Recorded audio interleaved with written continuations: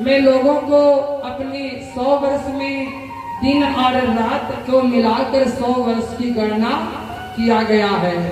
आज समय में 50 वर्ष तो लोग अपने समय में सोकर बिता देते हैं और 50 वर्ष आधा सोने में और आधा पत्नी के साथ 25 वर्ष और उसमें बचता है 25 वर्ष, 12.5 वर्ष तो वो समाज में अपने सुव्यवस्थित पढ़ने लिखने की व्यवस्था करते करते 12.5 वर्ष निकल जाता है। मनुष्य के लिए कितना समय बचा? मात्र 12.5 वर्ष। अरे 12.5 वर्ष में अपने मुक्ति के बारे में कम से कम मनुष्य को सोच लेना चाहिए। और कहते हैं कि सबसे पहले मृत्यु का जब समय आए तो क्या करना चाहिए? तस्मात् तं भारतः सर्वात्मः भगवान ईश्वरं हरि श्रोतव्यं कृतव्यं समर्तव्येतो ताभ्यं। जल्दी मरने वाले व्यक्ति को सबसे पहले ध्यान करना चाहिए, श्वास श्वास पर कृष्ण भजे, श्वास श्वास पर कृष्ण भजे, वृथा श्वास की न हो, ना जाने किस श्वास की आवन हो न हो।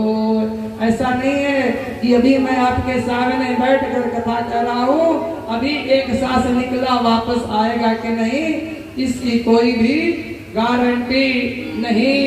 इसीलिए प्रयास करना चाहिए कि प्रत्येक व्यक्ति को प्रातः काल जल्दी उठने का नियम डालना चाहिए और जल्दी उठो और गोविंद को का ध्यान करते रहो और प्रत्येक परिस्थिति चलते फिरते, ऐसा नहीं हम लोग इस माला को पकड़ते हैं, गले में माला रहता है, माला कभी नहीं उतरता। भगवान नहीं कहते खाते पीते उठते बैठते किसी परिस्थिति में तुम मन शुद्ध करके भगवान के नाम का माला फिरते रहो, ऐसा प्रयास करो।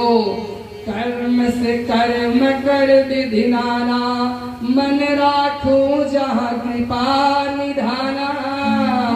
और मन में गोविंद को के मन अपना गोविंद के चरणों में लगा दोगे तो मन आपका अच्छा ही रहेगा। और इस तरह से करना चाहिए, परिचित मन के गोविंद में ध्यान करना चाहिए। दूसरा, अपने आसन ज्यादा समय एक आसन पे बैठने का आदत डालो। कहते हैं मन में पहले आसन को जीतो और फिर जो भोजन करते हो आसन को जीतो।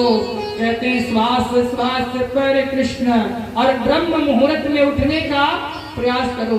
ब्रह्म मुहूर्त में जो व्यक्ति उठता है उसके ऊपर परम ब्रह्मा का वैसे भी कृपा रहता है, क्योंकि ये सृष्टि, जैसे आपको बताऊं, लोग कहते हैं कि ब्रह्म मुहूर्त और गोधली का बेला ये सबसे पवित्र समय है, लेकिन गोधली के बेला के लोग कुछ लोग कहते हैं ठीक नहीं होता। गोधली का मतलब है गाय के चरणों का जब धूल उड़ता है, गाय को वापस आने का समय वही 5 से 6 बजे का समय गाय चरकर वापस आती थी इस धरा पे, तो वह समय सबसे उत्तम समय माना जाता है। तो सुबह उठो 4:30 बजे, और 4:30 बजे कहते हैं कि स्नान भी 3 प्रकार का है। एक ऋषि स्नान, दूसरा मनुष्य स्नान, तीसरा राक्षस स्नान।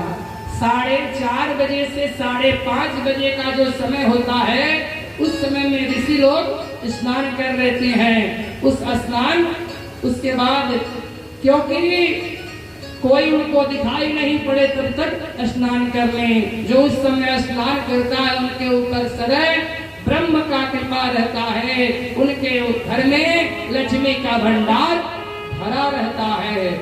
और सूर्योदय के 10 मिनट पहले जो स्नान करता है वो स्नान कौन सा है? मनुष्य स्नान, सूर्योदय के बाद जो लोग स्नान करते हैं एक प्रकार के अपराध के भागी हैं वो, क्योंकि वो राक्षस स्नान है। जैसे प्रयास करो कि सुबह उठकर स्नान करने का प्रयास करो जीवन में ऐसा। और कहते हैं कि आज जब सूर्य नारायण उगते हैं तो लोग क्या करते हैं, जब मुख पे आते हैं तो चरड़िया से अपना मुख ढक लेते हैं, सोचते हैं कब दर्शन हो, कब दर्शन हो कि मैं उठूं।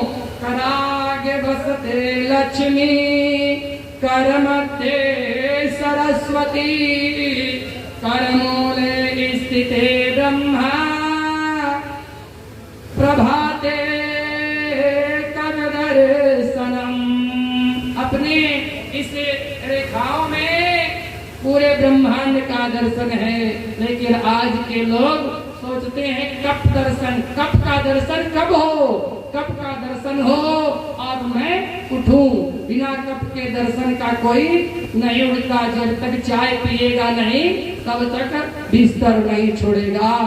आज बहुत बड़ी प्रथा प्रारंभ हो गया है कप वाला मनुष्य को बंद कर लेना चाहिए। आज तो कप हो गया, पहले हमारी माताएं इतनी बड़ी गिलास में चाय पीती थी, लेकिन पीती थी तो कब 4:30 बजे उठकर स्नान कर लेती थी, तब जो है बिना स्नान कर किए हुए ग्रहण नहीं करती थी। तो ऐसा प्रयास करो, प्रभात जल्दी उठने का प्रयास करो, नित्य कर्म करने के बाद भगवान का ध्यान करो। जो व्यक्ति ध्यान करता है, भगवान का ध्यान ही सबसे जीवन का सार है। तो इसीलिए जो भगवान का 1, 2, 4, 10 मिनट बैठकर भजन तो जरूर करना चाहिए। राम नाम के ही